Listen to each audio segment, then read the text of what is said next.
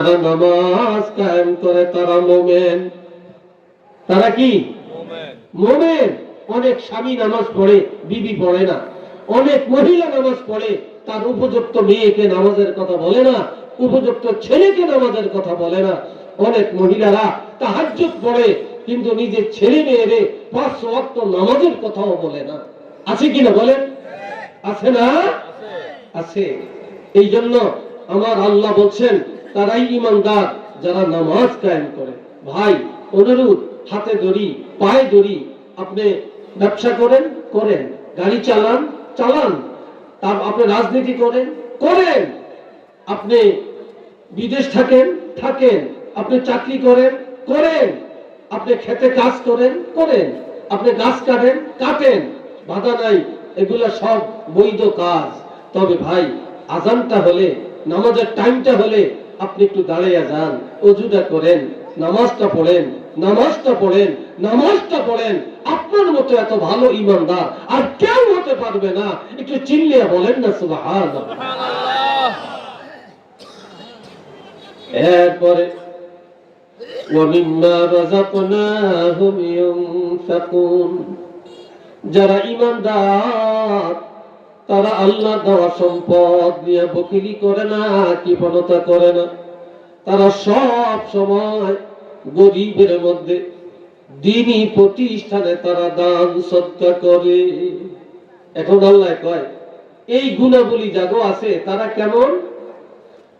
উলাইকা হুমুল মুমিনুনা হাক্কান। একটু আল্লাহু আকবার বল। আল্লাহু আকবার। আমার আল্লাহ বলেন আমি আল্লাহ সার্টিফিকেট দিলাম তারা খাঁটি ঈমানদার।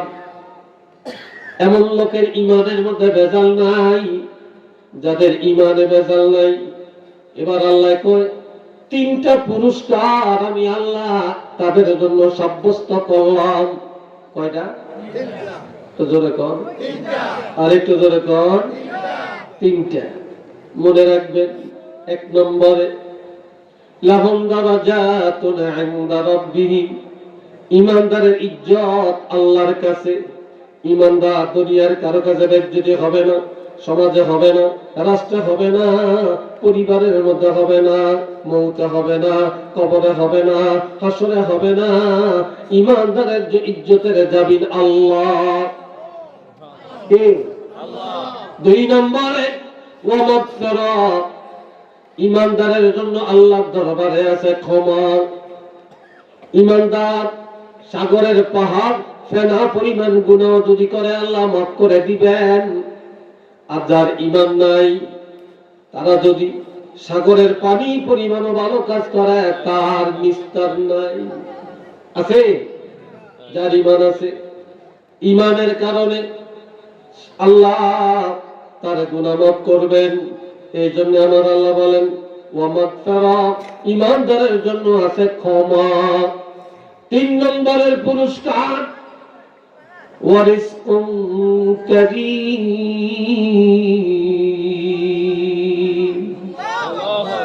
ঈমানদারের জন্য আছে হালাল রিজিকের ব্যবস্থা। এর আরেক কি চাইতে না? আমি বুঝি না, আমি মনে আপনাদেরকে কথা বুঝাইতে পারি না। খুব একটা ভালো কিচ্ছা করলে মনে খুব ভালো লাগতো নাকি? হ্যাঁ, কেন আর কি চাবেন? কেন উঠবেন? কেন বলেন আমাকে, বুঝান আপনারা। এই বন্ধুরা আমার, আজ ঘরে ঘরে সুদ আছে কি নাই? একটু জোরে বলেন আছে কি নাই? ঘুষ আছে কি নাই? কথা কয় না? আছে। আমরা যতই সুদ খান, আমার নবী খাইছে নাকি? আমার নবী ঘুষ খাইছে? সুদ খাইছে? সুদে টাকা লাগাইছে? কোন সাহাবীরা এটা করছে? কোন ওলি আল্লাহরা করছে? করছে? আমরা করি কেন? কিন্তু যারা ঈমানদার আমার আল্লাহ বলেন তারা সুদ খাইতে পারে না, ঈমানদারেরা ঘুষ খেতে পারে না, ঈমানদারেরা হারাম খেতে পারে না। ঈমানদারের জন্য আল্লাহর পক্ষ থেকে হালাল রিজিকের ফয়সালা, সম্মানজনক রিজিকের ফয়সালা। একটু চিল্লায়া বলেন না সুবহানাল্লাহ। এই বন্ধুরা রে আমার, এমন ইমানদার যারা, তাদের পরিচয় আরো 7টা। সুবহানাল্লাহ। সুবহানাল্লাহ। আরো কয়টা? 7টা। এবার আমাদের আপনাদের কাছে জানতে চাই, আমরা জান্নাতে যেতে চাই না জাহান্নামে যেতে চাই? জোরে বলেন, কারা কারা জান্নাতে যেতে চাই? নারে তাকবীর, নারে রিসালাত, আল কোরআনের আলো, আল হাদিসের আলো। আল্লাহ কবুল করেন, চিল্লি এখন আমিন। তবে জান্নাতের মধ্যে সবচেয়ে দামি, সবচেয়ে বড় জান্নাত কোনটা বলেন? জান্নাতুল ফেরদাউস। জোরে কোন? জান্নাতুল ফেরদাউস। এখন আমরা সবচেয়ে বড় জান্নাত, জান্নাতুল ফেরদাউস আমরা চাই কি চাই না? জোরে বলেন, চান? এবার 7টা গুণ লাগবে। এই 7টা আসেনি, নিজের একটু চিন্তা করিয়ে। খালি তো দূর দেন, ওয়াজও আসলে একজন বক্তার শুরু থেকে শেষ পর্যন্ত কথা শুনতে হয়। কথা বুঝছেন? দৌড় দিলে কিছু পায় না, মাঝখান দিয়ে গেলে কিছু পায় না। আর আমাদের চরিত্র, আমরা ওই আজে বাজে কথা জানি না, ওই এটা এটা ওইটা কইয়া সময় কাটানোরই বুঝি না, বুঝছেন? এই জন্য বেশি একটা ভাইরাল হইতে পারি না, বুঝছেন কথাটা? আর দরকারও নেই। আর এত বেশি ভাইরাল হয়ে কি আর লাভ দেখি? যেটা একটা ভাইরাল হয়েছে কে লইতে থাও, আর কথা একটা কইয়া দিলি তো ভাইরাল হয়ে যাই। কথা ঠিক না? কু কথা একটা কইয়া দিলি তো ভাইরাল হয়ে যাই, সময় লাগেনি। এখন আছেন আমার প্রাণের নবী এইভাবে ওয়াজ করেন। এমন সময় হঠাৎ নবী আলোচনা বন্ধ করে দিলেন। আলোচনা বন্ধ করে সোজা মসজিদের ভিতরে ঢুকে গেলেন। সাহাবীরা জিজ্ঞেস করলেন, ইয়া রাসূলুল্লাহ, এটা কেন করলেন? আমি দেখলাম হযরত জিবরাইল আমিন 70,000 রহমতের ফেরেশতা নিয়ে আমার কাছে আসছে, তোমরা দেখো না? আমি ফেরেশতা দেখে আলোচনা বন্ধ করে মসজিদে গেলাম। সুবহানাল্লাহ। এইমাত্র জিবরাইল আমিন আল্লাহর কোরআনের 10টা আয়াত আমাকে একসাথে তেলাওয়াত করে শোনালেন, আর একটা ঘোষণা দিলেন, আর 70,000 রহমতের ফেরেশতারা মারহাবা মারহাবা বললেন। সাহাবীরা বললেন, ইয়া রাসূলুল্লাহ, সেটা কি? এই 10টা আয়াতের মধ্যে একজন ইমানদারের 7টা গুণ আল্লাহ বর্ণনা করছেন। কয়টা? 7টা গুণ। জোরে কোন? 7টা গুণ। এই 7টা গুণ বর্ণনা করার আগে ফেরেশতারা একটা ঘোষণা দিয়ে গেলেন, এই নবীর উম্মতেরা ভাগ্যবান, এই নবীর উম্মতেরা ভাগ্যবান যে নবীর উপরে আল্লাহ নাযিল করেছেন 30 পারা কোরআন। সুবহানাল্লাহ। সুবহানাল্লাহ। সবাই করে সুবহানাল্লাহ। কয় পারা কোরআন? 30 পারা কোরআন। এবার সাহাবীরা বললেন, ইয়া রাসূলুল্লাহ, 7টা গুণাবলী কি? এই গুণাবলী বর্ণনা করার আগে আল্লাহ ঘোষণা দেন, কদ আফলাহাল মুমিনুন, ঈমানদারেরা নাজাত পেয়ে গেছে। ঈমানদারের চিন্তা নাই, ঈমানদারের ভয় নাই, ঈমানদারের আর কোনো ভয় নাই। ঈমানদাররা জাহান্নাম থেকে মুক্তি পেয়ে গেছে, ঈমানদারেরা জান্নাতি হয়ে গেছে। কেন? আল্লাযীনা হুম ফি সালাতিহিম খাশিউন, ঈমানদারেরা 5 ওয়াক্ত নামাজ আল্লাহর ভয়ে আদায় করে। কার ভয়ে? আল্লাহকে ভয় করে নামাজ কায়েম করে। 2 নম্বরে ওয়াল্লাযীনা হুম আনিল লাগবি মুরিদুন, ঈমানদারেরা বেহুদা কথা বলে না, বেহুদা কথা থেকে জবানটা বাঁচিয়ে রাখে। কারো গীবত করে না, কারো বদনাম করে না, কারো শিকায়ত করে না, অপবাদ দেয় না। ঈমানদারেরা জবানকে হেফাজত করে রাখে। সুবহানাল্লাহ কোন না? কিন্তু চলে আসছে আলহামদুলিল্লাহ কোন? আমাদের হযরত মাওলানা আমজাদ হোসেন জালালী সাহেব হুজুর স্টেজে চলে আসছেন। সবাই বলেন না আলহামদুলিল্লাহ। আমি কথা শেষ করছি, এই 5 মিনিটে আমি শেষ করব ইনশাআল্লাহ। আমার ভাই, আজ আমাদের জবান ঠিক নেই, আপনার জবান ঠিক, সব ঠিক। এই জবানে আমরা কথা সুবহানাল্লাহ বলি, কথা আল্লাহ আল্লাহ ডাকি, কত জিকির করি, কত মিলাদ পড়ি, করি না? কিন্তু আমাদের কোনোটি কবুল হয় না। তার কারণ আমাদের রক্তে মাংসে হারাম। নাউজুবিল্লাহ, কোন না? আমাদের রক্ত মাংসে হারাম, আমাদের মুখ হালাল না, আমাদের শক্তি হালাল না, আমাদের নজর হালাল না, যার জন্য আমাদের কোন ইবাদত আল্লাহ কবুল করে না। এখন আমরা রাস্তায় বের হলে, দোকানে যাই, ইমাম সাহেবের গিবত, বয়া বয়া মুয়াজ্জিনের গিবত, বয়া বয়া হুজুরের গিবত, বয়া বয়া নামাজির গিবত, বয়া বয়া দরবেশের গিবত, সুদখোরের গিবত করে না, ঘুষখোরের গিবত করে না, সিটারের বদনাম করে না, বাটপারের বদনাম করে না, হারামখোরের বদনাম করে না, পরের হক খায় বদনাম করে না, জিনাখোরের বদনাম করে না, দায়ুস মহিলার বদনাম করে না। যত ভালো মানুষের বদনাম সমাজে চলে। কি কথা ঠিক কিনা বলেন? কিন্তু ইমানদার যারা, তারা কারো বদনাম করবে না, তারা জবানটা বাঁচিয়ে রাখে। এরপরে والذين هم للزكاة فاعلون, ইমানদারেরা গরিবের কষ্ট দিয়া যাকাত দেয় না, ইমানদারেরা স্বেচ্ছায় যাকাত, এটা ফরজ, এই ফরজ আদায় করার জন্য গরিবের বাড়িতে যায়। আমাদের উপরে হজ ফরজ, মক্কা শরীফ আপনার বাড়িতে আসবে না আপনি মক্কা শরীফ যাবেন? আপনি যাবেন না। তাহলে যাকাত দেওয়া ফরজ, তাহলে গরিব আপনার বাড়িতে যাবে কেন? আপনার ফরজ আদায় করার জন্য আপনি গরিবের কাছে যাবেন। ইমানদারেরা গরিবের কাছে যায়া, এতিমখানায় যায়া, বিধবার কাছে যায়া, অসহায় মানুষের কাছে যায়া তার ফরজ আদায় করে। 4 নম্বর, ওয়াল্লাযীনা হুম লিফুরুজিহিম হাফিজুন, ইমানদারেরা বেপরদায় চলে না, ইমানদারেরা জিনার আড্ডায় যায় না, ইমানদারেরা লজ্জাস্থানে হেফাজত করে রাখে।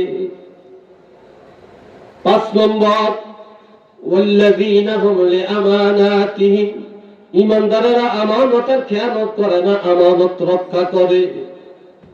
6 নম্বর, ওয়া আহদিহিম রাউন, ইমানদারেরা ওয়াদা খেলাফ করে না, ওয়াদা রক্ষা করে। জীবন চলে যেতে পারে, ইমানদার ওয়াদা খেলাফ করতে পারে না। 7 নম্বর, ওয়াল্লাযীনা হুম আলা সালাওয়াতিহিম ইউহাফিজুন, ইমানদারেরা ফজরের টাইমে ফজর, যোহরের সময় যোহর, আসরের সময় আসর, মাগরিবের সময় মাগরিব, এশার সময় এশা নামাজ আদায় করে, জুমার টাইমে জুমার নামাজ আদায় করে। ইমানদারেরা কোনদিন নামাজ তরক করে না। যদি কোনো কারণে শরীরী কোনো কারণে তরক হয়ে যায়, পাগলের মতো হয়ে যায়, যতক্ষণ নামাজ আদায় না করবে ততক্ষণ তার মন মগজ ঠিকও থাকে না। ইমানদারেরা কোনদিন এশার নামাজ পড়িয়া যদি না পড়িয়া ঘুমায়, এটার ঘুম আসে না। ঘুমে উঠিয়া ওযু করিয়া এশার নামাজটা পড়িয়া ঘুমাইলেই তার ঘুম হয়। এই কথাটি কি ভাবেন? এই জন্য ইমানদারের পরিচয়, ইমানদারেরা যথাসময়ে নামাজ আদায় করবে। এই কয়টা গুণ হইল? 7টা। এখন আল্লাহ বলছেন উলাইকা হুমুল ওয়ারিসুন, এই 7টা গুণ যাদের মধ্যে আছে তারা মালিক, তারা ওয়ারিস। কিসের ওয়ারিস?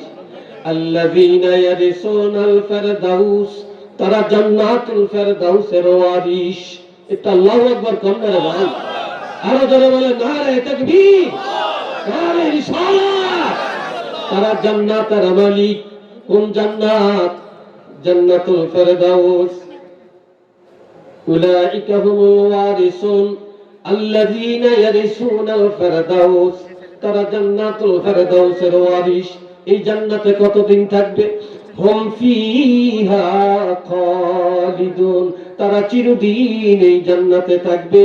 একটু চিল্লিয়ে বলুন না সুবহানাল্লাহ। তাহলে আমরা এর মধ্যে যত ইমানের আইটেম বলেন, আর আল্লাহর হাবিবের মহব্বত এবং আল্লাহর গোলামি যার মধ্যে আছে, তার মধ্যে এই আলামত আছে।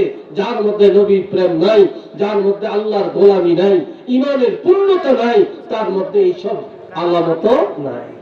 তাইলে আমরা জান্নাতুল ফিরদাউসের মালিক হতে চাই, ইমানদার হয়ে বাঁচতে চাই, ইমানদার হয়ে মরতে চাই, আমরা সহি মুসলমান হয়ে কবরে যেতে চাই। রাজি আছেন কিনা? একটু হাত তুলে দেখান, আল্লাহ দেখো।